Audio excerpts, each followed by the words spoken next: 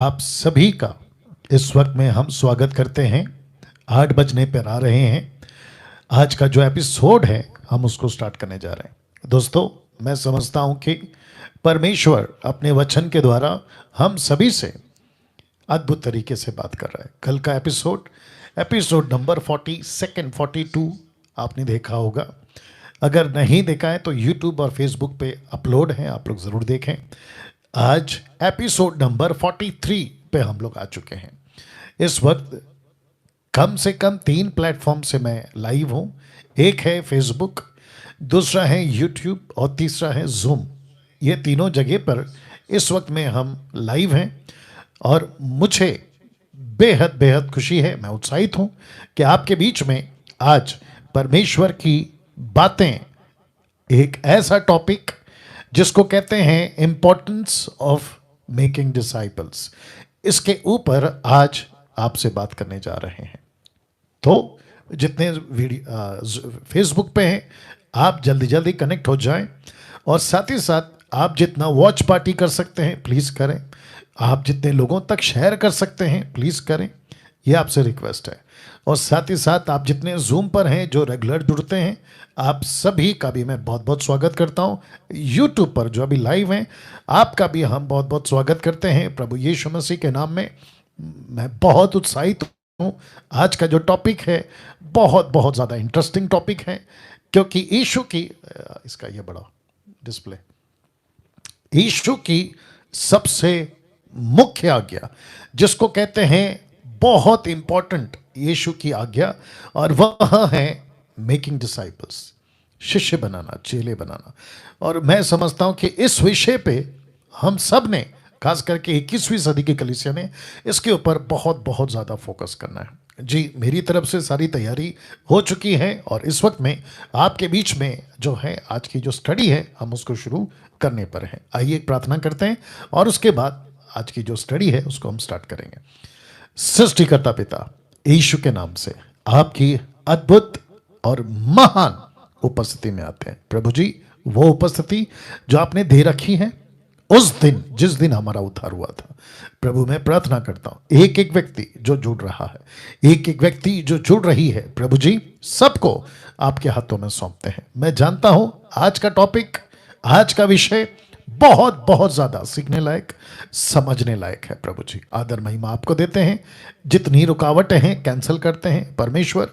जितनी भी ऐसी बातें हैं जो किसी वजह से लोगों को डिस्टर्ब करती हैं उसे हम दूर करते हैं और प्रार्थना करते हैं कि आपका प्रोटेक्शन आपके लोगों पर हो। आदर महिमा सम्मान सब कुछ आपको देते हुए ये प्रार्थना यीशु के नाम से मांगते हैं, आमीन। जी, एक अच्छी ताली बजाकर परमेश्वर को धन्यवाद देंगे कि एपिसोड नंबर 43 पे हम आ चुके हैं और परमेश्वर आज हम सभी से अद्भुत तरीके से बात करने जा रहा है ना। आप सभी जानते हैं कि एक ऐसी शब्द जिसको कहते हैं खरी शिक्षा, साउंड डॉक्ट्रिन, उसी के ऊपर हम फोकस करते हैं और उसी को रखकर आपके बीच में जो है बातें करते हैं। तो लिखा है MMB presents discipleship training equipping the universal church with sound doctrine. तो इस बेस पे या इस मुद्दे पे जिसको कहते हैं खरी शिक्षा, उसी पे हमारी शिक्षा चल रही है और डैनियल राज किसी प्रकार का वचन के साथ कभी गद्दारी नहीं करेगा। जी, इस वक्त यहां से बात को आगे रखूंगा। एक ऐसा विषय जिसके ऊपर अब चर्चा होगी और वह है the importance of making disciples. जी, शिष्य बनाना, उसकी महत्वता, या चेले बनाना, उसका इंपॉर्टेंस, महत्व कितना है, ये बातें आपके बीच में आज रखेंगे। सबसे पहले ये चित्र आपने कल देखा था और साथ ही साथ ये प्रश्न पूछा गया था कि यीशु अपनी इस पृथ्वी को या दुनिया को किसके हवाले या किसके पास छोड़कर गया था। यीशु दुनिया छोड़कर चला गया, ये बात सच है, पर किसके हाथों में?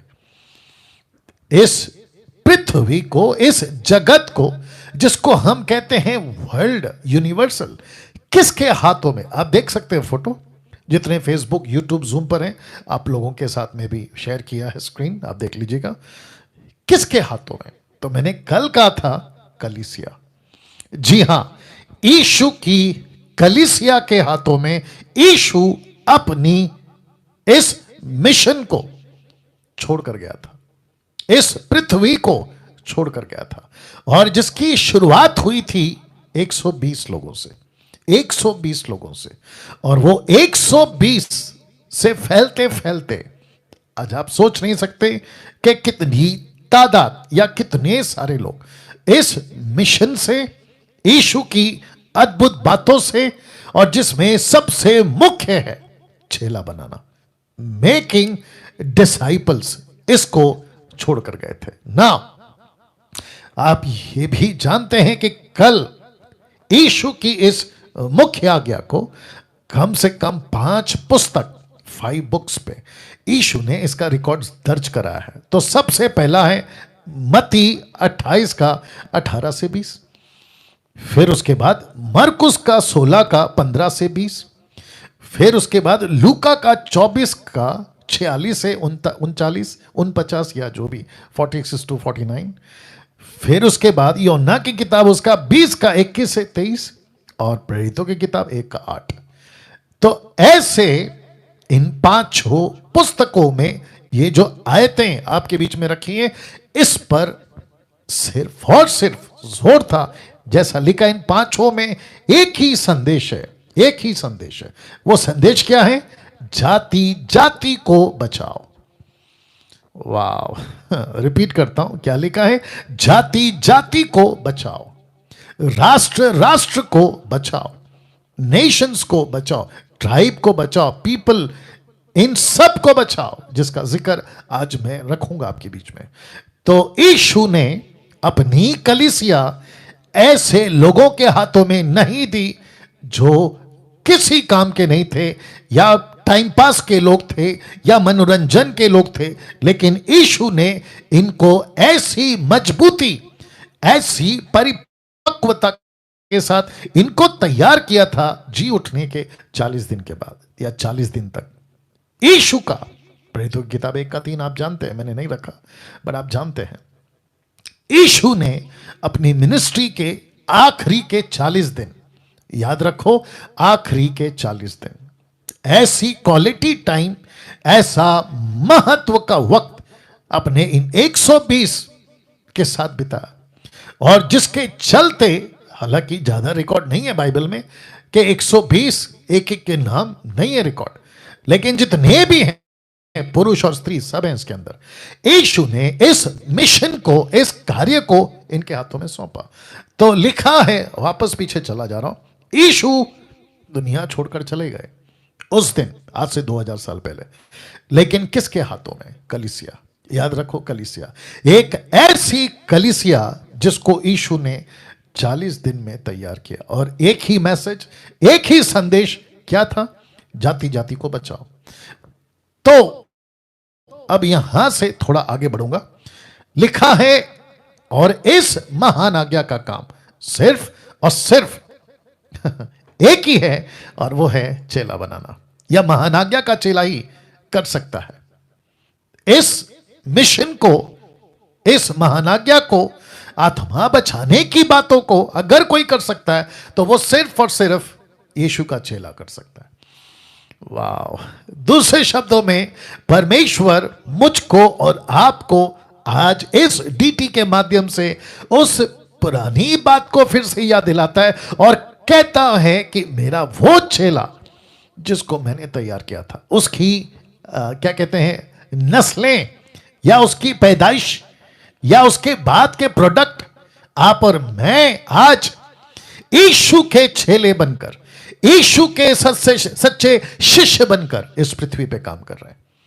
तो जितने फेसबुक, यूट्यूब, जूम पर हैं, आप सभी को यह समझना होगा कि यीशु की सबसे प्रमुख आज्ञा वह है जो इस पृथ्वी को देकर गए, छोड़कर गए, और वो है कलीसिया। और यीशु कहता है महान आज्ञा का काम सिर्फ और सिर्फ यीशु के चेले ही कर सकते हैं।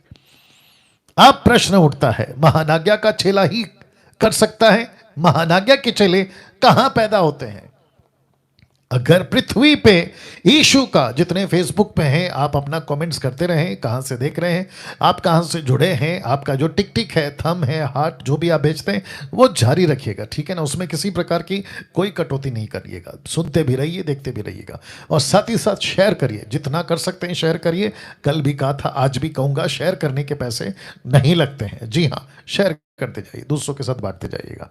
बेहद खुशी है कि कम से कम 600 या 700 के आसपास इस वक्त में लाइव लोग मुझे देख रहे हैं, फेसबुक, यूट्यूब और जूम से, तीनों जगहों को मिलाकर बात कर रहा हूं जी। बेहद बेहद उत्साहित के साथ आज की बातें आपके बीच में रखूंगा। तो लिखा है, महानाज्ञा के चेले कहां पैदा होते हैं? कहां पैदा होते हैं पता है? सिर्फ और सिर्फ महानाज्ञा की कलीसियाओं में जी, सिर्फ और सिर्फ महानाज्ञा की कलीसियाओं में।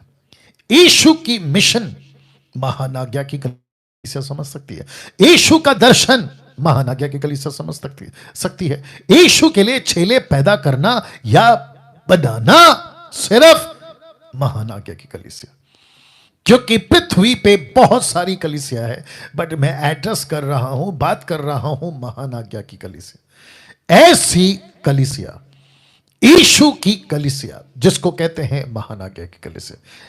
नाउ इसको देखिए, ये कमीशन यीशु ने किसको दिया? ये कमीशन यीशु ने किसको दिया?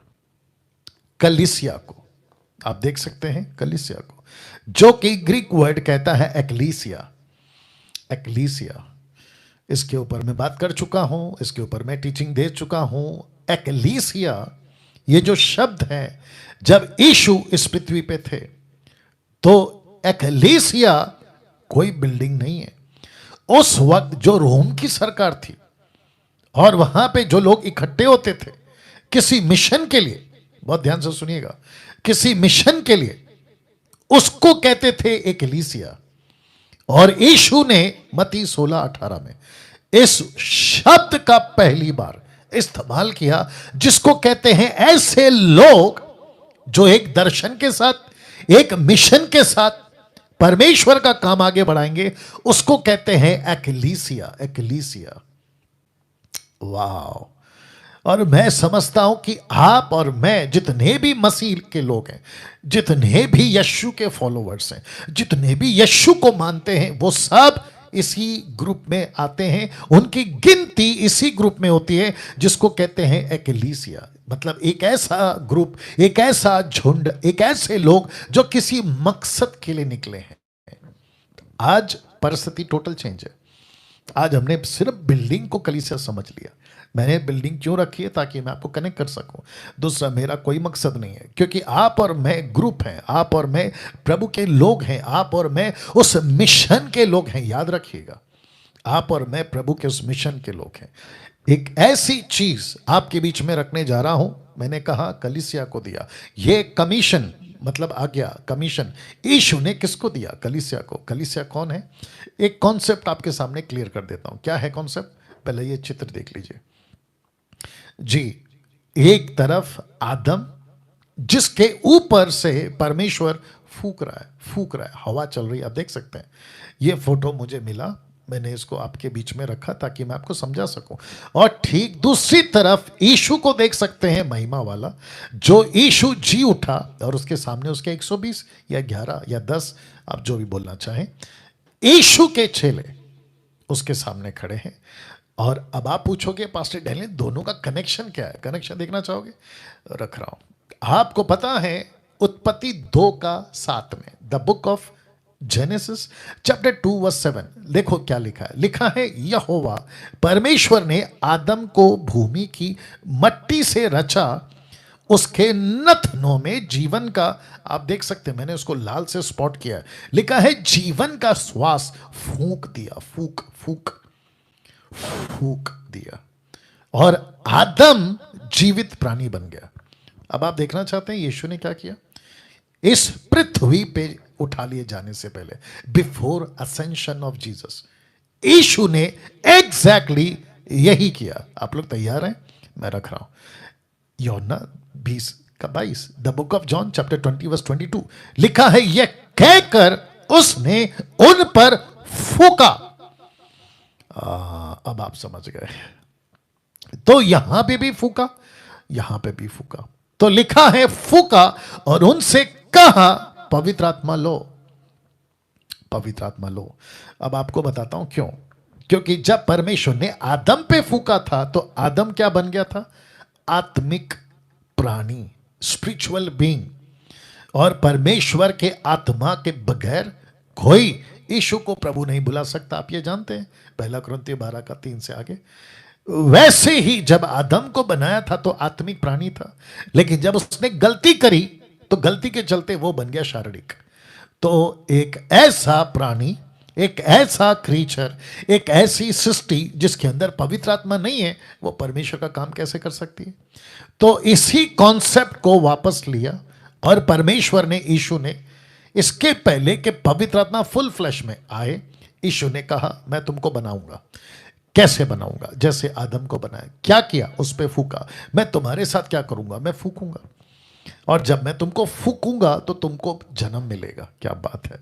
तुम मेरी देह बन जाओगे, जैसे आदम परमेश्वर की देह। जी आप देख लीजिएगा, लिखा है आदम जीवित प्राणी बन गया, 2 का 7। और यहां पे लिखा है इफिसियों 1 का 23 में उसकी देह, कलीसिया उसकी देह है और उसकी परिपूर्णता है। तो यीशु ने क्या किया? अपनी कलीसिया को अपना देह बनाया। परमेश्वर यहोवा ने क्या किया? आदम को अपना प्राणी बनाया। मतलब तू मेरा प्राणी है, तू मेरा क्या कहते हैं बनाया हुआ व्यक्ति है, पृथ्वी पे काम करेगा। और इसको कहा पृथ्वी पे फैल जा, और कलीसिया को भी कहा पृथ्वी पे फैल जा। क्या कनेक्शन है देखिए दोस्तों। मैं चाहता हूं कि कुछ पॉज मैं यहां देता हूं, आप इसको डाइजेस्ट करो, क्योंकि बहुत अद्भुत बातें आपके बीच में अभी रखा है। तो जितने लोग हैं आप अपना कमेंट्स करते रहें, कैसा लगा, कैसे आप फील कर रहे हैं, ताकि परमेश्वर की महिमा हो। वाह, अमेजिंग, अमेजिंग। कैसा लग रहा है? तो बहुत जरूरी है। तो कलीसिया को, यीशु की देह को यह समझना होगा मैं कौन हूं, मुझे किस मकसद के साथ रखा गया। आपको पता है इसी उत्पत्ति के 2 के दूसरे अध्याय में परमेश्वर ने क्या कहा? आगे अगर आप पढ़ोगे तो कहता है कि उसको अदन के बगीचे में, वाटिका में रखा। क्यों? ताकि वो बगीचे की रखवाली करे, दूसरे शब्दों में वो उस पर काम करे। यीशु क्या कहता है? प्रकाशित वाक्य उसका 3 अध्याय वचन 2 से आगे, वो कहता है कि तेरा काम नहीं हो रहा है, तेरा काम ठंडा पड़ा है। और फिर कहता है प्रकाशित वाक्य 2 का 4 में, पहला सा प्रेम छोड़ दिया और मन फिरा, फिर से लौट किया और पहले के समान काम कर। तो आप कनेक्शन देख रहे हैं दोनों का। वाह, अमेजिंग। तो इसका मतलब ये हुआ कलीसिया, आप जितने मुझे अभी देख रहे हैं प्रभु के लोगों, इसका मतलब ये हुआ कि परमेश्वर ने यहाँ फूका, मैं रख दे रहा हूँ, ओ सॉरी, मैं यहाँ रख दे रहा हूँ। परमेश्वर ने फूका आदम पे, यीशु ने फूका कलीसिया पे। आदम बना परमेश्वर का जीवित प्राणी, देख लीजिएगा, और कलीसिया बना यीशु की देह, यीशु का शरीर। तो यीशु का शरीर, यीशु की देह, यीशु की देह कैसे बन गई? क्योंकि आदम ने तो बेच दिया, दूसरे शब्दों में लूसीफर ने उसको खरीद लिया पाप के चलते।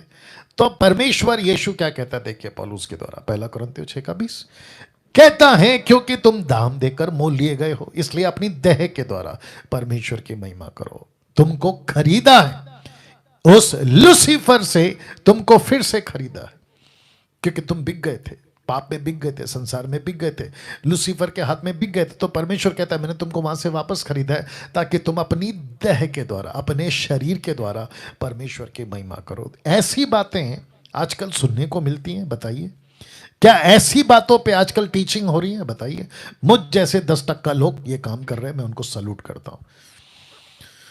वाह! और आप लोग ऐसों को सुन रहे हैं, अभी कम से कम मैं अगर गलत नहीं हूं 900 के आसपास अभी लोग लाइव देख रहे हैं। मैं उनको भी रिस्पेक्ट करता हूं कि आप लोग सही प्रचारक को सुन रहे हैं। नहीं तो आजकल बहुत सारे मसीह के लोग कचरा खा रहे हैं, कचरा समझते हैं, कचरा खा रहे हैं। उनको नहीं पता है किसको सुनना है, सुनते जा रहे हैं। उनको नहीं पता है क्या कहना है, कहते जा रहे हैं। ऐसी वाली हालत है। तो वापस आते हैं, यीशु की देह हैं आप। तो यीशु की देह को यीशु ने खरीद लिया। कैसे? अपने लहू से, और जिसके चलते लिखा है कि देह के द्वारा उसकी महिमा करो।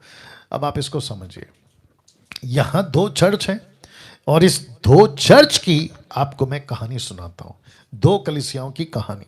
बहुत इंपॉर्टेंट है, इसको याद रखिएगा, ठीक है ना। सबसे पहला कलीसिया की कहानी में एक वो है साधारण और दूसरा है असाधारण। मैं रिपीट कर देता हूं, एक है साधारण और दूसरा है असाधारण। इंग्लिश में कहते हैं ऑर्डिनरी, दूसरा है एक्स्ट्रा ऑर्डिनरी। तो इसको कहते हैं साधारण कलीसिया। तो साधारण कलीसिया क्यों, ऑर्डिनरी चर्च क्यों, ये आ गया आपके बीच में, ठीक है ना। नाउ ऐसी कलीसियाएं आपको 99.9% रिलीजियस, टाइम पास, और लिखा है not serious on mission work. ऐसी कलीसिया रिलीजियस है, टाइम पास है और सीरियस नहीं है। ऐसी कलीसिया साधारण कलीसिया जिसको कहते हैं। वाह।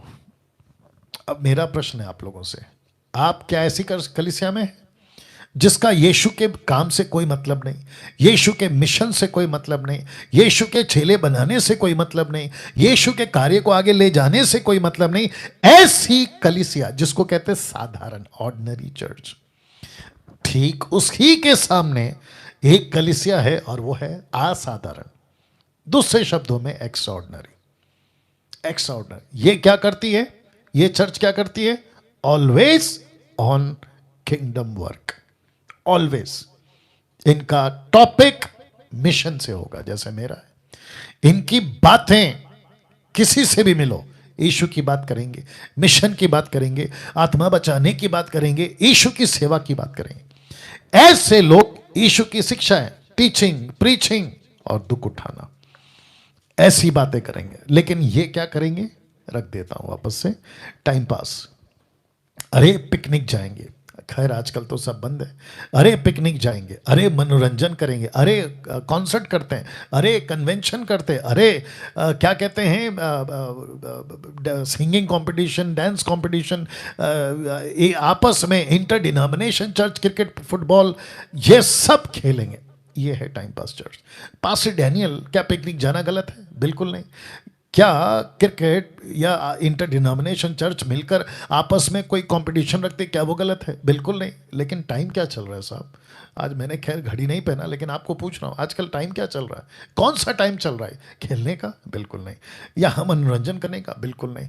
तो कौन सा टाइम है आत्मा बचाने का? कौन सा टाइम है यीशु के काम को करने का? कौन सा टाइम है प्रभु के राज्य में बातों को करने का, डिसाइपल्स बनाने का? मैं इसकी बात कर रहा हूं। तो साधारण चर्च ऐसा है और असाधारण चर्च जो इस तरीके से काम करता है। इसकी एक और खूबी बताता हूं, मैं रखूंगा, पहले आप इस कॉन्सेप्ट को समझ ले। तो टोटल कितनी कहानियां हैं? 2 कहानियां वापस रख रहा हूं। टोटल 2 कहानियां, ठीक है ना। एक है साधारण कलीसिया और दूसरा है असाधारण कलीसिया। जब आप मेरे को सुन रहे हैं अभी 900 के आसपास या 1000 के आसपास आप लोग अभी जो मुझे सुन रहे हैं, मैं आप सभी को पूछना चाहता हूं, ये 2 चर्च में से आप अभी करंट सिचुएशन में आप अभी कहां पर हैं? आप जरा चेक करो। आपका पास्टर ऐसा चर्च की बातें करता है या ऐसे चर्च की बातें करता है? आपका लीडर ऐसे चर्च की बातें करता है या ऐसे चर्च की बात करता है? आपका वर्शिपर कौन से टाइप के गाने गाता है? ऐसे साधारण टाइप के गाने गाता है या असाधारण जो मिशन की बातें? आप किस तरह के प्रीचर को ऑनलाइन में सुनते हैं? वाह, आप किस तरह के प्रीचर को ऑनलाइन में सुनते हैं? मेरा प्रश्न है आप लोगों से, कैसे लोगों से सुनते हैं आप? असाधारण या साधारण? साधारण ऐसे टाइप के हैं, टाइम पास, रिलीजियस और परमेश्वर के किसी काम में कोई सीरियस नहीं, not serious on mission work. अभी चेक करो, अभी चेक करो। अनिल, सुनील, राकेश, मुकेश, सुनीता, अनीता, कविता, सलमान, सुनील, आप जो भी हैं, चेक करो अभी अपने आप को। और साथ ही साथ आप किस तरह के प्रीचर को ऑनलाइन में सुनते हैं, आप इसको भी चेक करो, क्योंकि सारा बेड़ा गर्क वहीं से हो रहा है। आप सुनते हो, कचरा खा रहे हो। किसी ने कहा है कि जैसा खाओगे आपका शरीर वैसा बनेगा, आप जैसे आत्मिक खाना खाओगे आपका आत्मा वैसे बनेगा। See this, so simple. दूसरी तरफ है असाधारण और एक्स्ट्राऑर्डिनरी चर्च। देख लो, ऑलवेज मिशन वर्क या किंगडम वर्क, टीचिंग, प्रीचिंग और दुख उठाना। यीशु की मिनिस्ट्री वाले ऐसे हैं। महान आज्ञा की कलीसिया ऐसे सिखाती है। क्या आपका पास्टर ऐसे सिखाता है? अगर सिखाता है तो उसको सलूट है।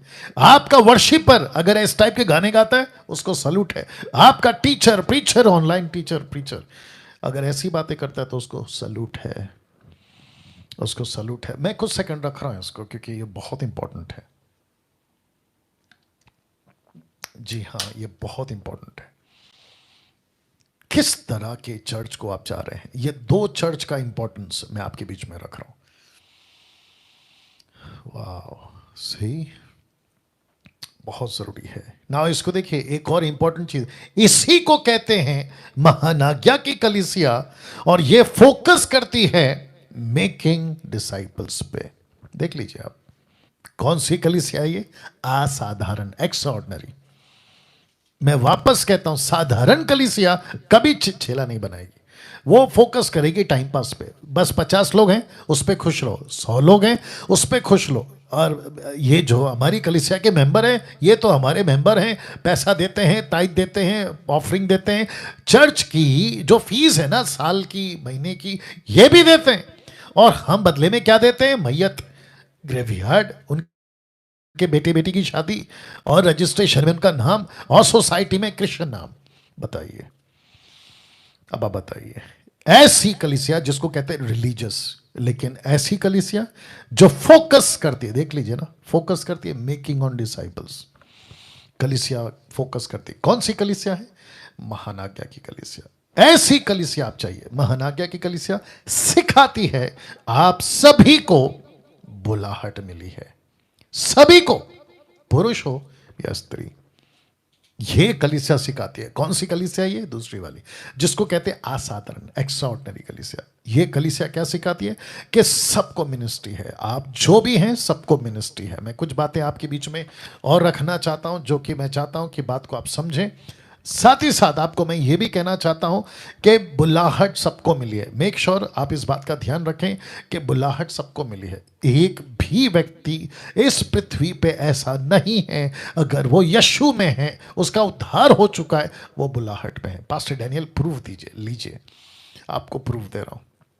अगर उद्धार सबके लिए है और पवित्र आत्मा भी सबके लिए है, तो सेवा भी सबके लिए है। क्या बात है! इसका प्रूफ क्या है? लीजिए, अभी दे रहा हूं, मरकुस 16 का 18।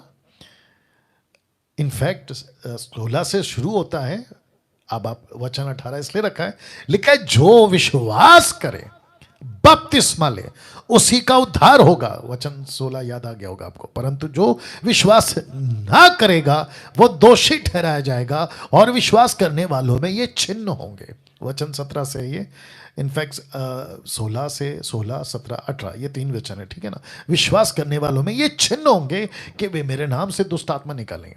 दुष्ट आत्मा कौन निकालेगा? जो विश्वास करेगा। विश्वास कौन करेगा? पुरुष हो या स्त्री। क्या बात है! लिखा है जो विश्वास करे, बपतिस्मा ले, उसी का उद्धार होगा। तो इसका मतलब है, मैंने रखा ना अभी ऊपर, देख लीजिए आप, देख लीजिए, उद्धार सबके लिए है और पवित्र आत्मा सबके लिए है, तो सेवा सबके लिए है, और ये प्रूफ है उसका। तो यीशु कहता है कि जो विश्वास करने वाले हैं उनमें ये चिन्ह होंगे कि वे मेरे नाम से दुष्ट आत्मा निकालेंगे, नई नई भाषा बोलेंगे, सांपों को उठा लेंगे, यदि वे नाशक वस्तु भी पी जाए तो भी कुछ उनकी हानि ना होगी, वे बीमारों पर हाथ रखेंगे और वो चंगे हो जाएंगे।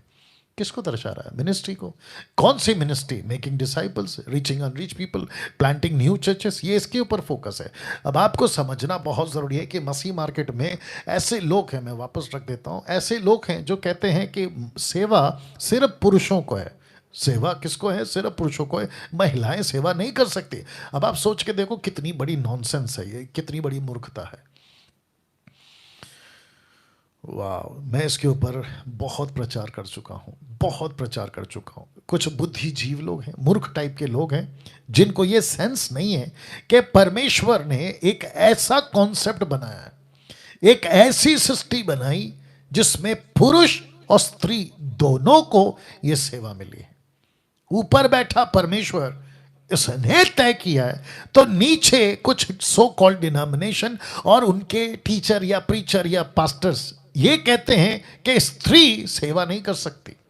आपको मैं बताता चलूं, जो मैंने 5 वचन रखे थे ना, मत्ती 28, मरकुस 16, लूका 24, यूहन्ना 20, प्रेरितों 1:8, इन सभी ग्रेट कमीशन के स्क्रिप्चर में जितना हक पुरुष का है उतना ही हक महिला का है। वाह! मैं इसके चलते बता दूं, यह वाला वचन, इसके चलते बता दूं, इस वचन के चलते 16 से 18 तक यीशु कहता है जो विश्वास करेगा उसकी ये निशानी है। लिखा है, दिखा है ना, यहां पे लिखा है कि पुरुष विश्वास करेगा, नहीं लिखा है। क्या लिखा है? जो विश्वास करेगा उसकी निशानी है। इतिहास गवाह है, तब भी और अब भी। सृष्टि में कितने पुरुष और कितनी स्त्रियां। पौलुस क्या करता था?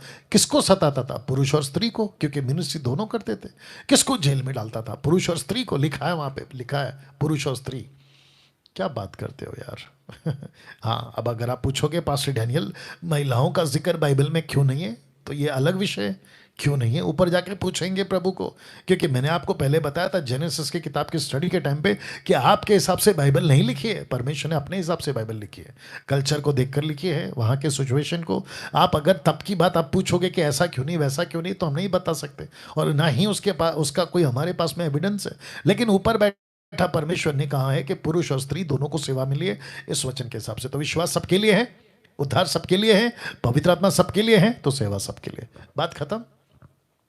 मैं तो इसको यहां तक यह भी कह देता हूं कि अगर पुरुष बपतिस्मा दे सकता है पिता पुत्र पवित्र आत्मा के नाम से, तो औरत भी बपतिस्मा दे सकती है पिता पुत्र पवित्र आत्मा के नाम से। अगर पुरुष प्रभु बोझ दे सकता है, औरत भी दे सकती है। अगर पुरुष मैयत करा सकता है, तो औरत भी करा सकती है। अगर पुरुष पुलपिट पे खड़ा होकर एज अ पास्टर लीड कर सकता है, तो औरत भी कर सकती है। That's it, that's it. हाँ, और एक बता देता हूं, शादी लगा सकता है पुरुष, औरत भी लगा सकती है शादी। क्या बात करते हो, औरत भी लगा सकती है शादी। ये कुछ कुछ सरकार या कुछ कुछ गवर्नमेंट का रूल है, कहीं कहीं पे चलता है, ये सरकार का प्रॉब्लम है, सरकार देख लेगी। लेकिन परमेश्वर की बात करोगे दोनों को हक एक जैसा है। क्या बात है ना। इसको देखिए, यूहन्ना 15:8। मैं वक्त का ख्याल रखूंगा लेकिन मेरे साथ बने रहे। लिखा है यूहन्ना 15:8, लिखा है मेरे पिता की महिमा इसी से होती है कि तुम बहुत सा फल लाओ, चेले बनाओ। ब्रैकेट में चेले बनाओ, फल लाओ का मतलब है चेले बनाओ, तब ही तुम मेरे चेले ठहरो। किसको किसको कहा है बताइए? पुरुष को भी कहा है, स्त्री को भी कहा है। ऐसा हो सकता है कि परमेश्वर में दोनों जेंडर्स हैं, मेल एंड फीमेल, और प्रभु कहता है मेरा वचन सिर्फ पुरुषों के लिए महिलाओं के लिए नहीं। ऐसा कोई निकाल के बता दे तो मूर्ख होगा ना वो, जो ऐसी बातें करेगा। तो वापस कहता हूं कि पुरुष हो या स्त्री, सबको फल लाना है। और क्या लिखा है? तुम फल लाओ नहीं लिखा है, लिखा है तुम बहुत सा फल लाओ। Not fruits, much fruits, much, बहुत। वाह। आप अपना कमेंट्स टाइप करके बताते रहें आपको कैसा लग रहा है। मुझे बेहद खुशी है कि 1000 के ऊपर लोग अभी जुड़ चुके हैं। आप सभी को रिक्वेस्ट करता हूं, सीखो, बातों को सीखो, मूर्ख मत बनो, धोखा मत खाओ। याद रखो, धोखा मत खाओ। यीशु ने कितनी बार कहा है कि धोखा मत खाओ। सच्ची शिक्षा, खरी शिक्षा पे फोकस आपका होना चाहिए। नाउ मैं चाहता हूं कि आपको ये चित्र दिखा दो पहले, और नीचे लिखा है द लास्ट वॉइस, आखिरी आवाज। क्या कभी फोकस किया था, कभी ध्यान दिया था इन बातों पर?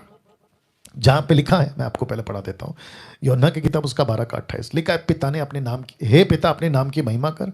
तब ये आकाशवाणी, आकाशवाणी कि मैंने उसकी महिमा की है और फिर भी करूंगा। ये दो शब्द है, उसकी महिमा की और फिर भी करूंगा। अब आपको बताता हूं कि यीशु की,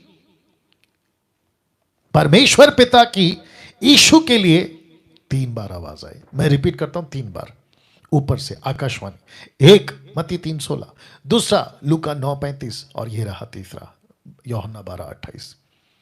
और इसके बाद, मैं 29 साल से बाइबल पढ़ रहा हूं जी, इसके बाद कभी 5 किताबों में और ना ही उसके बाद की किताबों में आपको परमेश्वर पिता की आवाज, यहां तक कि प्रकाशित वाक्य तक की किताब में, क्योंकि प्रकाशित वाक्य की किताब तो यीशु की है, बाकी जितने 13-14 जो पौलुस ने लिखी, बाकी पतरस ने 3 किताबें, यूहन्ना की 2 किताबें, याकूब की किताबें, यूदा की किताबें, ये सारी किताबें किसने लिखी? पवित्र आत्मा के द्वारा। परमेश्वर पिता ने बात करी सिर्फ 3 बार 4 किताबें, मैथ्यू, मरकुस, लूक, जॉन। अगर आप इसको कल एक साथ में लेकर आएंगे तो स्टोरी एक ही हो जाएगी। ये 4 किताबों में 3 बार आवाज आई। तो पहली आवाज क्या थी? ये मेरा प्रिय पुत्र है। दूसरी आवाज क्या आई थी? मेरा प्रिय पुत्र है, इसकी सुनो। लेकिन ये जो तीसरी आवाज है, लिखा है द लास्ट वॉइस। क्या लिखा है देखिए, पिता अपने नाम की महिमा कर। तब ये आकाशवाणी हुई कि मैंने इसकी महिमा की है। मैंने परमेश्वर यहोवा कहता है, एदोनाई कहता है, मैंने इसकी महिमा की है और मैं फिर भी करूंगा। तो इसको कहते हैं ये गो ऑन प्रोसेस है, मतलब ये चलते रहेगा। अब इसका कॉन्टेक्स्ट बताता हूं मैं आपको कि ये क्या बोल रहा है। दरअसल ये शब्द क्या है। 26 वचन, इसी का 26। यीशु अपने चेलों की तरफ देखकर कह रहे थे, यदि कोई मेरी सेवा करे, याद रखो मेरी सेवा, यीशु की सेवा, यदि कोई मेरी सेवा करे तो मेरे पीछे हो ले। ऑफकोर्स चेला बनकर, याद आ गया होगा लूका 24 का 25-26, याद आ गया ना। ये जो मेरे पीछे चलना चाहता है वो अपना क्रूस उठाए, तभी वो मेरा चेला है।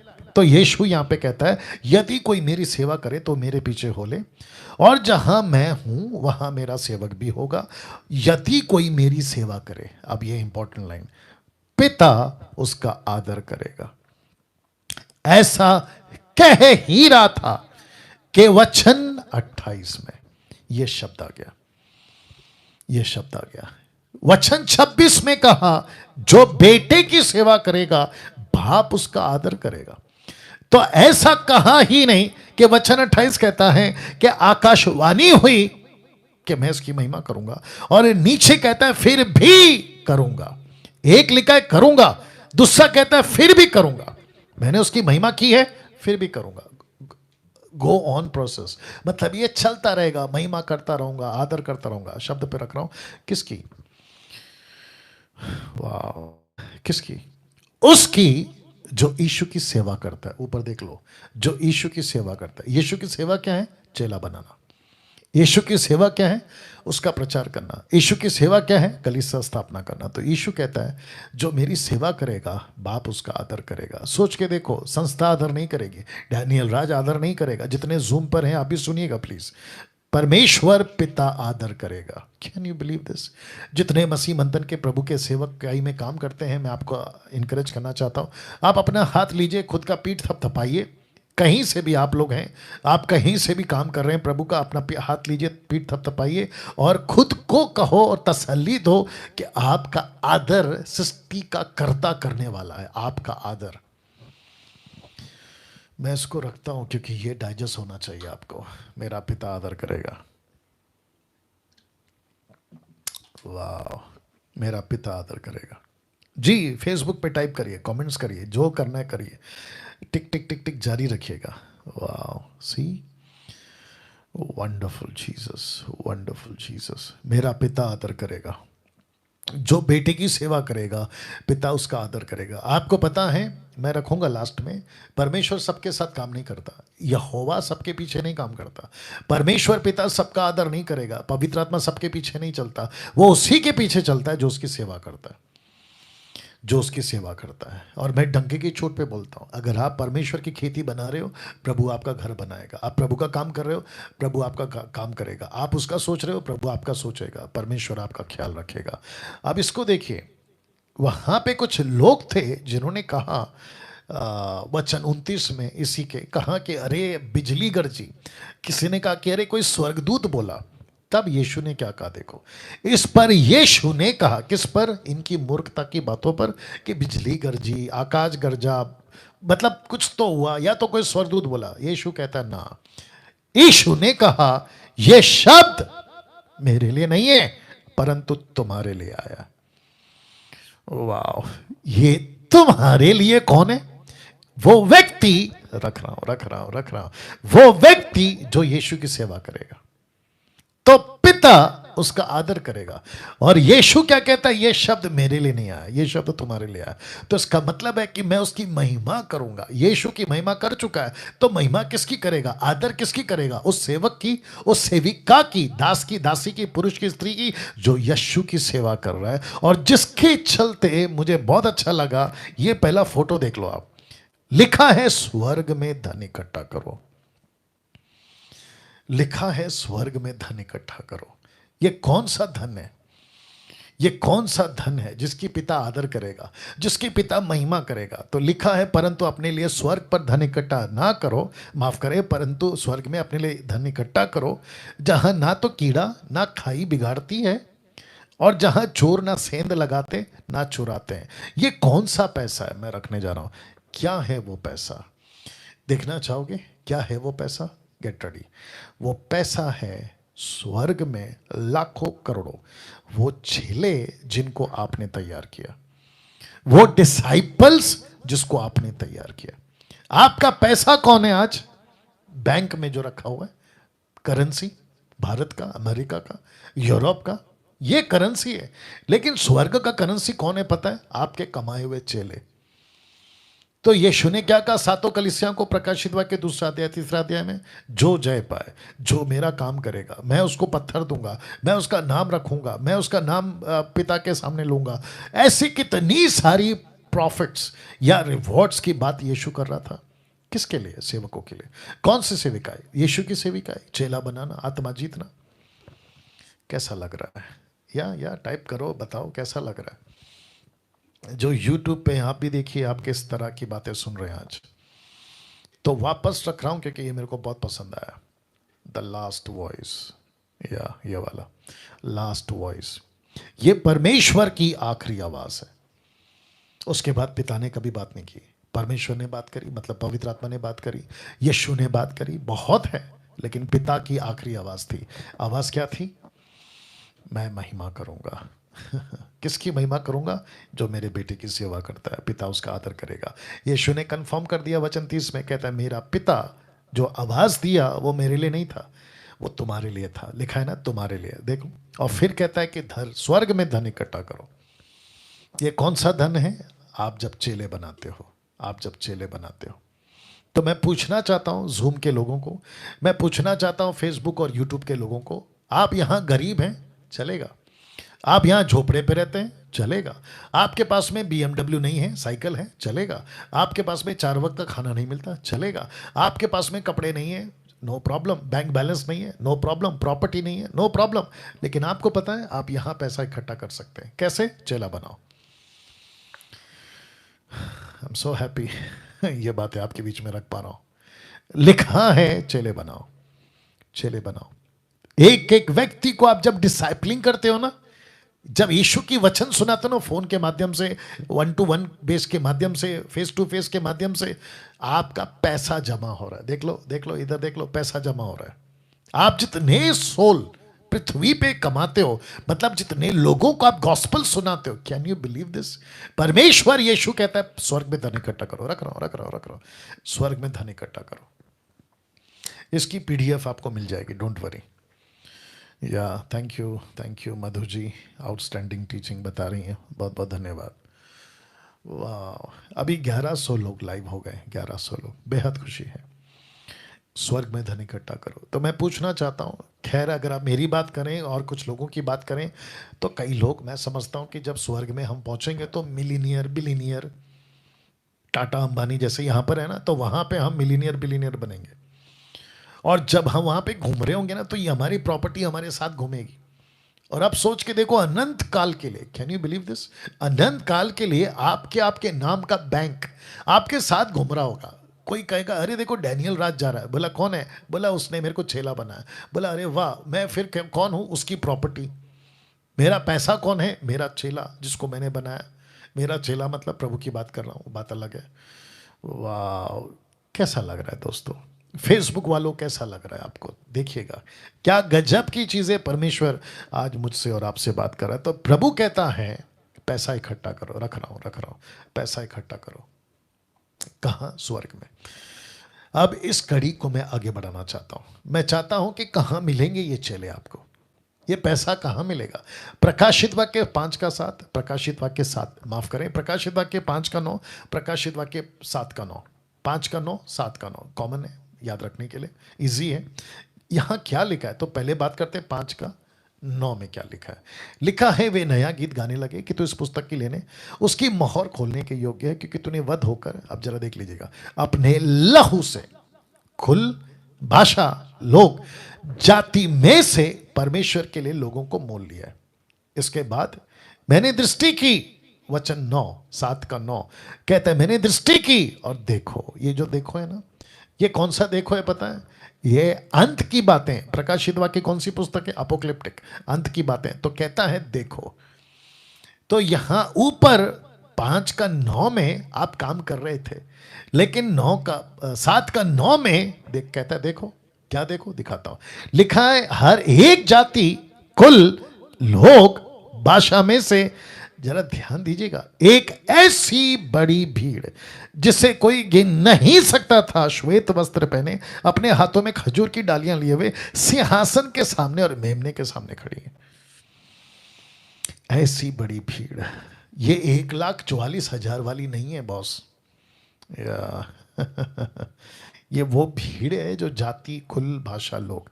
तो आपको कहां से मिलेगा पैसा? रख रहा हूं, ये आपको पैसा कहां से मिलेगा?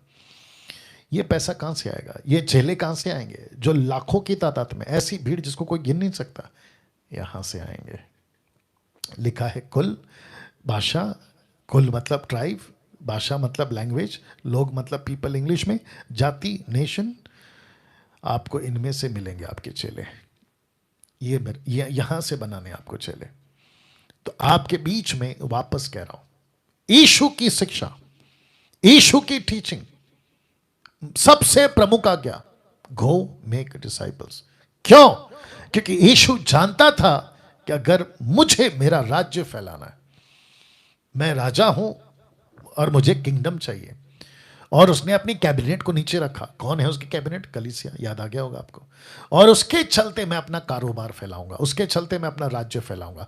तो यीशु ने क्या कहा? अपने 10 चेलों को, जाओ प्रचार करो, स्वर्ग का राज्य निकट आ गया। 70 चेलों को क्या कहा? जाओ, स्वर्ग का राज्य निकट आ गया। यीशु खुद भी क्या प्रचार करते थे? मन फिराओ, स्वर्ग का राज्य निकट आ गया। स्वर्ग का राज्य, स्वर्ग का राज्य, स्वर्ग का राज्य, स्वर्ग का राज्य। प्रार्थना में क्या सिखाया? हे हमारे पिता, तू जो स्वर्ग में है, तेरा नाम पवित्र माना जाए, तेरी इच्छा जैसे स्वर्ग में पूरी होती है वैसे पृथ्वी पर हो, और तेरा राज्य आए। वचन 10 याद आ गया होगा आपको, मत्ती 6:10 याद आ गया होगा आपको, तेरा राज्य आए, या थैंक यू लॉर्ड। तो यहां से आपको मिलेंगे लोग। अब देखिए क्या लिखा है, रोमियो 10 का 13 से 15 तक। ये लोग आपको चेला कैसे मिलेंगे मैं आपको बता देता हूं। क्योंकि जो कोई प्रभु का नाम लेगा, वचन 13 क्या कहता है? जो कोई प्रभु का नाम लेगा वह उद्धार पाएगा, हर जाति का, हर जाति का। अब प्रश्न उठता है कि इनके बीच में जाएगा कौन ताकि वे उद्धार पाए? फिर लिखा है, फिर जिस पर उन्होंने विश्वास किया, जिस पर उन्होंने विश्वास नहीं किया वे उसका नाम क्यों कर ले? तो पहला क्या लिखता है? जो कोई प्रभु का नाम लेगा वो उद्धार पाएगा। फिर आगे क्या कहता है? कि जिस पर उन्होंने विश्वास नहीं किया वे उसका नाम क्यों कर ले? क्यों नहीं लिया? विश्वास क्यों नहीं किया? और लिखा है कि जिसकी नहीं सुनी उस पर क्यों कर विश्वास करें? और फिर कहता है, प्रचारक बिना क्यों कर सुने, और यदि भेजे ना जाएं तो क्यों कर प्रचार करें? जैसा लिखा है कि उनके पांव क्या ही सुहावने हैं जो अच्छी बातों का सुसमाचार सुनाते हैं। तो दूसरे शब्दों में आपको करना क्या है? बहुत ध्यान दीजिएगा। आपको करना यह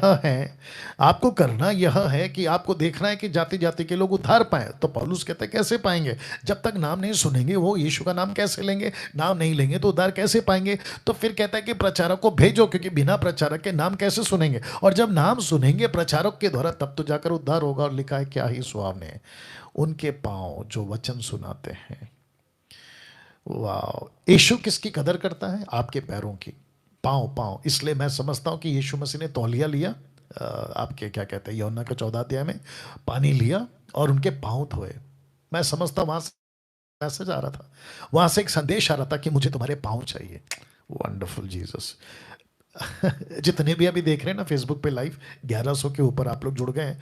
आप सभी को कहना चाहता हूं कि प्रभु को आपका पांव चाहिए। और क्या लिखा है इफिसियों 6वां अध्याय वचन 14 से आगे? कहता है कि पांव में सुसमाचार के जूते, पांव में जूते। किसके? सुसमाचार के। Wonderful Jesus. परमेश्वर को आपका पांव चाहिए, पैर, योर लेग्स, पांव दे दो। प्रभु कहता है मैं इसको चलाऊंगा। और आपको पता है पूरा शरीर किस पे खड़ा है? आपके पांव पे।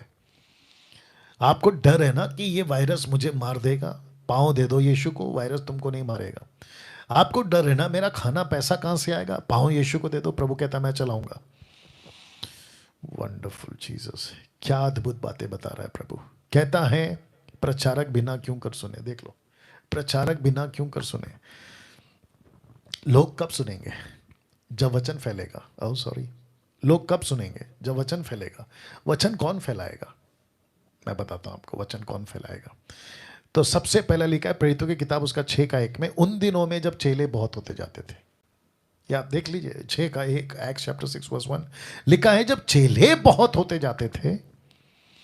प्रेरितों के काम 6 का 8 में लिखा है, उन जब तब उन 12 ने चेलों की मंडली, तो लिखा है चेले बहुत हो गए। वचन 2 कहता है कि चेलों की मंडली, इंग्लिश में लिखा था large group of disciples, larger group of disciples, बड़ी मंडली। अब ये कितनी बड़ी मंडली थी मुझे नहीं मालूम। आजकल क्या कहते हैं, क्रिश्चियंस ग्रुप, और तब क्या चलता था, डिसाइपल्स ग्रुप। वाओ, सी, रिपीट करता हूं, तब क्या चलता था, डिसाइपल्स ग्रुप। आजकल क्या चलता है, क्रिश्चियंस ग्रुप। ये कौन है, क्रिश्चियंस ग्रुप। तब क्या चलता था, ये कौन है, डिसाइपल्स ग्रुप। तो लिखा है चेले बहुत होते जाते थे।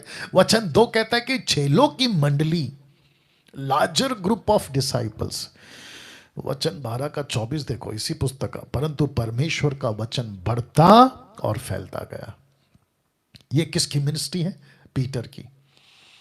अब एंट्री होती है पौलुस की। पौलुस ने क्या किया था अपनी सेविकाई में, एग्जैक्टली यही देखो क्या लिखा है 14 का 21 और 22 में। कहता है वे उस नगर के लोगों को सुसमाचार सुनाकर, जरा ध्यान दीजिएगा, लाल में लिखा है बहुत से चेले बनाकर।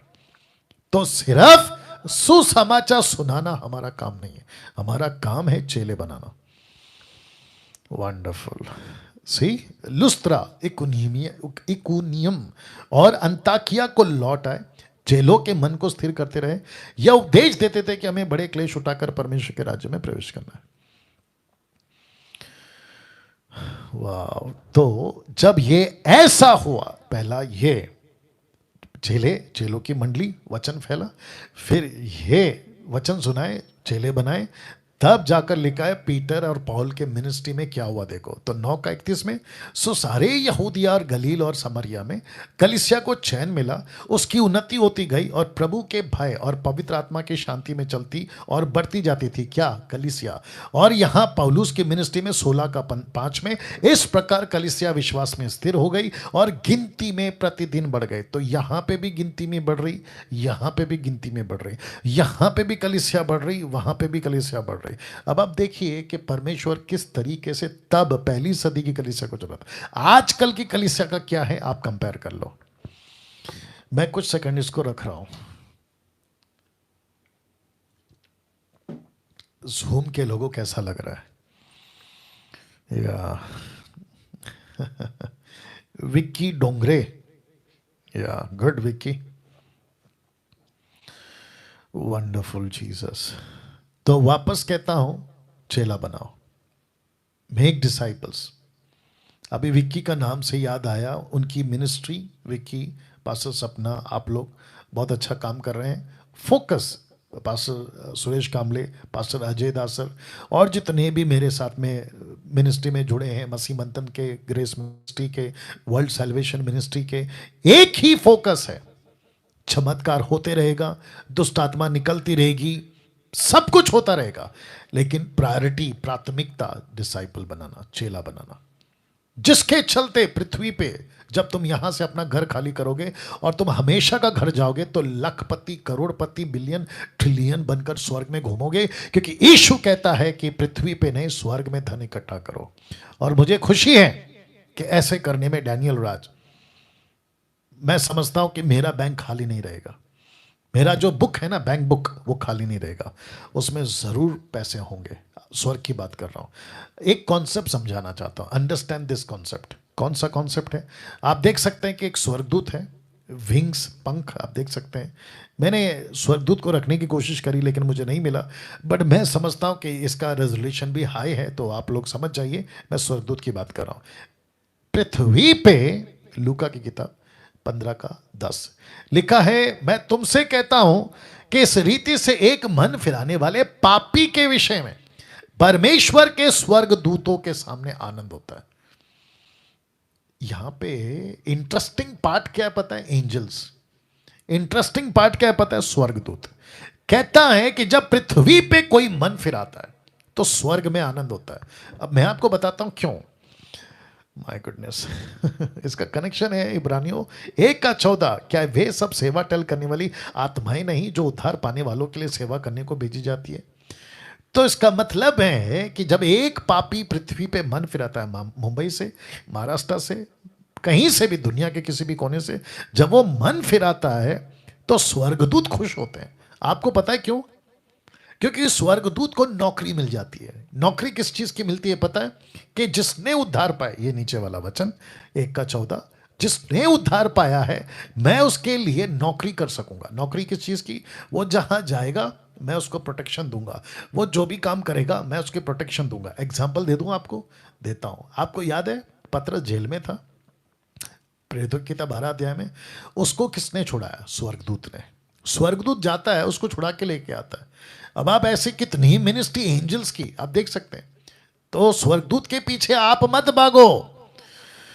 पेंटिकॉस्टल कैरिस्मेटिक जरा सुन लो, स्वर्गदूत के पीछे आप मत भागो, बल्कि स्वर्गदूत खुद आपके पीछे आ रहे हैं। लेकिन किसके पीछे आ रहे हैं? ऐसे सेवक के, ऐसे विश्वासी के जो चेला बनाता है, जो यीशु का काम करता है। क्यों? क्योंकि पिता उसका आदर करता है। ताली बजाकर धन्यवाद देना चाहे तो दे सकते हैं। क्या गजब की बातें प्रभु बता रहा है। तो स्वर्ग को, कम ऑन गेट रेडी, स्वर्ग को सिर्फ उद्धार पाए विश्वासी नहीं चाहिए, स्वर्ग को और स्वर्गदूतों को ऐसे उद्धार पाए विश्वासी चाहिए जो परमेश्वर के लिए काम कर सके। और जिसके चलते मैंने ये रखा है कि जाति जाति के लोगों को सिर्फ उद्धार कराना हमारा मकसद नहीं, बल्कि चेला बनाना हमारा मकसद है। ये लास्ट पोर्शन है आज के मैसेज का। मैं कुछ सेकंड रख रहा हूं, रिपीट कर दूं कि जाति जाति के लोगों को सिर्फ उद्धार कराना, उनको बपतिस्मा देना, उनको चर्च में लाना, बाइबल देना और उनको कहना संडे संडे आओ दान दशमांश दो, ये मकसद नहीं है, नहीं है, नहीं है। मकसद है उनको चेला बनाना। मैं बहुत कड़क बात करूंगा यहां पे। जितनों की भी मिनिस्ट्री है, 1000, 10,000, 2,000, आपकी जितनी भी बड़ी कलीसिया, खैर अभी तो सब बंद है, वो बात अलग है। मैं एक ही बात कहूंगा, आपके चर्च को रिलीजियस बिल्डिंग मत बनाओ, रिलीजियस बिल्डिंग मत बनाओ, उसको यीशु की कारखाना बनाओ। कारखाना समझते? वर्क स्टेशन, वर्क स्टेशन, कारखाना। कारखाना शब्द ठीक है कि और भी कुछ है? वर्क स्टेशन, जहां से चीजें बनती हैं, जहां से चीजें मैन्युफैक्चर होती हैं, जहां पे आप चीजों को बनाते हैं। You understand? और यीशु को आपने रिलीजियस का गॉड नहीं बनाना है। यीशु क्रिश्चियन का गॉड नहीं है, यीशु पूरी दुनिया का गॉड है। क्या बात है, ताली बजनी चाहिए थी यहां पे। Thank you. वापस आता हूं, जाति जाति के लोगों को सिर्फ उद्धार नहीं कराना है, हमारा मकसद है उनको चेला बनाना। तो आपके बीच में ये 2 फोटो रख रहा हूं। लिखा है, are you a disciple or just a Christian? Question mark. Are you a disciple or just a Christian? आप यीशु के चेले हैं या फिर क्रिश्चियन? आप देख सकते हैं एक क्रूस रखा है कि मैं ईसाई हूं, और एक क्रूस उठा के चल रहा है जिसको यीशु ने कहा कि अपना क्रूस उठा। दूसरे शब्दों में अपनी सेवा कर। ये 2 फोटो आपको क्या बात कर रहा है? मैं कुछ सेकंड रख रहा हूं उसको। या जी, मेरे पास में कुछ मिनट्स हैं, मेरे साथ बने रहें। Thank you, wonderful Jesus. वापस आ रहा हूं। आप एक ईसाई हैं जिसको कहते हैं दुनियादारी के लोग क्रिश्चियंस, या आप यीशु के चेले हैं, शिष्य? आप क्या हैं? ये क्वेश्चन मार्क है। आप इसको देखिए, प्रभु किसके साथ होगा? क्रिश्चियन के साथ या फिर यीशु का जो चेला है उसके साथ? तो ये जो वचन है ना, प्रेरितों की किताब उसका 18:9, प्रभु ने रात को दर्शन के द्वारा पौलुस से कहा मत डर वरना कहे जा और चुप मत रहे। ये क्रिश्चियंस को नहीं कहा, ये ऐसे चेले को कहा, क्योंकि पौलुस चेला था। अब इसको देखिए, मरकुस 16:20, उन्होंने निकलकर हर जगह प्रचार किया, प्रभु उनके साथ काम कर रहा था। प्रभु यीशु उनके साथ काम कर रहा था। किसके साथ? ऐसे लोगों के साथ, क्रिश्चियंस के साथ नहीं, जो यीशु के चेले हैं उनके साथ। मत्ती 28:20 किसके लिए लिखा है? देखो मैं जगत के अंत तक सदैव तुम्हारे संग रहूंगा। किसके साथ? ये उसके साथ कहा जो यीशु की सेवा करेगा। अब इसको देखिए 27 का 23 से 24, क्योंकि परमेश्वर जिसका मैं हूं, जिसकी सेवा करता हूं, उसके स्वर्गदूत ने आज रात मेरे पास आकर कहा, हे पौलुस मत डर, तुझे कैसर के सामने खड़ा होना अवश्य होगा। क्योंकि आपको जब पता है कि जब ये जहाज से जा रहा था तो पानी में डूबने का चांस था समंदर में, लेकिन परमेश्वर ने कहा मत डर। तो ये सब किससे कहेगा प्रभु? सबसे नहीं कहता, और खास करके क्रिश्चियंस के लिए नहीं है आपकी बाइबल। धक्का लगेगा आपको, और लगा होगा। आपका जो यीशु है ना, जो गले पे लटका के घूमते हो, वो क्रिश्चियन का गॉड नहीं है। जिसको तुम तस्वीर लगाते हो ना, कहते हो ये यीशु है, ना ना ना ना ना, वो क्रिश्चियन का गॉड नहीं है। आपको जो बाइबल दी गई है ना, वो क्रिश्चियन के लिए नहीं दी गई है। बाइबल दी गई है मसीह की सेवकाई के लिए। सर के नीचे तकिया बनाकर रखने के लिए नहीं दी गई है, गले पे क्रॉस लटका कर लगाने के लिए नहीं दी गई है क्रॉस को, या ये मैसेज नहीं है जो कि आज बदलता जा रहा है। ऐसी बातें जब करते हैं तो लोगों को पसंद नहीं आता। आई डोंट केयर, मुझे रद्दी भर भी फर्क नहीं पड़ता कि आप क्या सोचते हैं मेरे प्रचार के बारे में, क्योंकि मेरा प्रचार नहीं है, ये प्रचार यीशु का है। तो वापस कहता हूं कि डिसाइपल बनो, क्रिश्चियन नहीं। Be a disciple, not a Christian. प्रभु किसके साथ काम करेगा? इन सब के साथ में, ये इन सब के साथ में, और इन सब के साथ में, पौलुस जैसों के साथ में, पतरस जैसों के साथ में। अब बाकी का कल एपिसोड नंबर 44 पे बात करूंगा, और टॉपिक होगा कल का strategy to reach unreached groups. कैसे तैयार करें चेलों को, कैसे सुसमाचार सुनाएं, हाउ टू एवेंजलाइज, कैसे प्लानिंग करें, कैसे पहुंचे, इन सब की स्ट्रैटेजी क्या है पास्टर डैनियल, आपको मैं कल बताऊंगा। लेकिन आज की प्रार्थना से समाप्त करने से पहले एमएमबी मिशन और एमएमबी मिशनरी के लिए अगर आप देना चाहते हैं, सुमन वैद को संपर्क करें। क्या? पैसे, फंड, सपोर्ट, फाइनेंशियली। क्यों? पास्टर डैनियल राज को नहीं, लेकिन मिशनरी के लिए, क्योंकि बहुत सारे मिशनरी को, जिसका कल मैं चर्चा करूंगा, बहुत सारे मिशनरी को मसीह मंथन के प्लेटफॉर्म से हम भेजने जा रहे हैं। आपके नॉलेज के लिए बताता हूं कि हमारी वेबसाइट है www.masimantanbaitak.com। साथ में हमारे ऐप हैं, एप्पल के लिए भी, एंड्रॉयड के लिए एमएमबी ऐप आप डाउनलोड कर सकते हैं। मसीह मंथन पेज को फॉलो करें, अभी आप जो मुझे देख रहे हैं फॉलो भी करें, लाइक भी करें। और बहुत सारे लैंग्वेजेस में, मैं अगर गलत नहीं हूं, कम से कम 10 से 11 लैंग्वेजेस में मसीह मंथन का पेज चलता है। और साथ ही साथ मेरे चैनल को सब्सक्राइब करें, डैनियल राज के चैनल को अगर आपने अभी तक सब्सक्राइब नहीं किया है, मैं रिक्वेस्ट करता हूं आप लोग इसको सब्सक्राइब करें। आइए प्रार्थना करते हैं और आज की मीटिंग को समाप्त करते हैं। सृष्टिकर्ता पिता, बहुत बहुत धन्यवाद इन सब बातों के लिए। प्रभु जी, तेरा दास डैनियल राज ये प्रार्थना करता है परमेश्वर, और तेरे सम्मुख आता है और कहता है प्रभु, ये जितने भी 1100-1200 लोग अभी देख रहे थे, प्रभु इन सब को स्पर्श करिए, इन सब से बातें करिए, इनकी सहन में प्रभु जी आप बात करिए प्रभु। और परमेश्वर ऐसे सिपाही, ऐसे योद्धा जो तेरे काम को कर सके, आदर, महिमा, सम्मान सब कुछ आपको देता हूं।